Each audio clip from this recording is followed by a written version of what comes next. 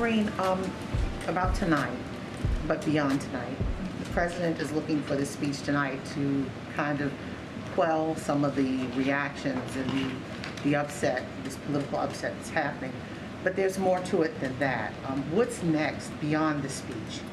You know, because on the Hill they're talking about, you know, Capitol Police can't really secure a lot of the leaders who are in need of help. What's next beyond the speech? So when it comes to the protection of leaders, to the kind of the last part of your question there, I don't want to get into commenting on security-related matters. That is something that we are very sensitive to and want to be very mindful and careful here. So anything that's related to, you know, individual safety at the Capitol, that goes to the Capitol Police and on even on any questions of the Speaker's security. I know that has been something that folks have been asking.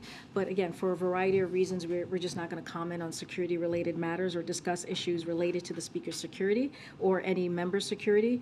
This is a subject that's best left for the Capitol Police. Look, the president understands that there's a lot of work to do. This is on your first part of the question.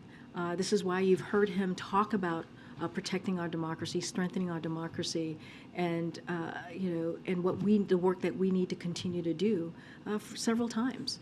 I've listed out the many times that he, and I'm sure I've missed one or two, the many times that he's had this very kind of conversation, given these types of remarks. I'm not going to, again, get into what he's going to say. I'm going to let the president speak for himself.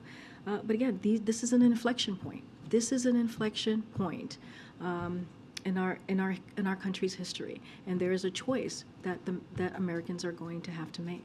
So, and just summarizing what you're saying, yeah. There is other pieces beyond just the speech tonight to help change the dynamic of this inflection point from going into a negative. Again, I cannot get into anything specific that he's going to say. I did mention at the top that one of the things that the president implemented very early on, back in June of 2021, as we talk about security and safety, is the National Strategy for Countering Domestic Terrorism, which is something that the president put out and did over a year ago. So those are some actions that he did take. And lastly, on the Supreme Court, affirmative action in education and the admissions process.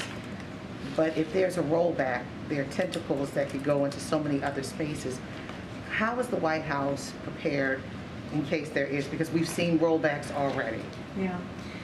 Look, the president has been very clear about what's at stake, right? Affirmative action. We saw Roe, the decision on Roe, and how you know, a constitutional right that was around for almost 50 years was taken away. Freedoms have been taken away from women, just across millions of women across the country.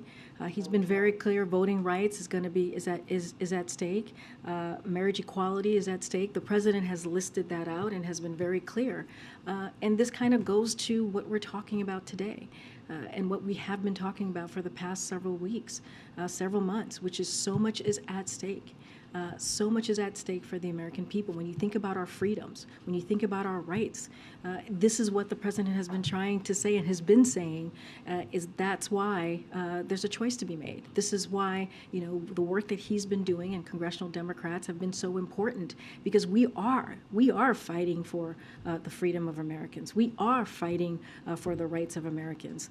We understand not just our role here, but our role globally. I was just asked, but Nadia just asked me about Iran and what the president has said about that, about protesters in Iran, women who are fighting for their rights, civilians who are fighting for their right, and the violent crackdown that we're seeing there. So the president understands his role more globally as well.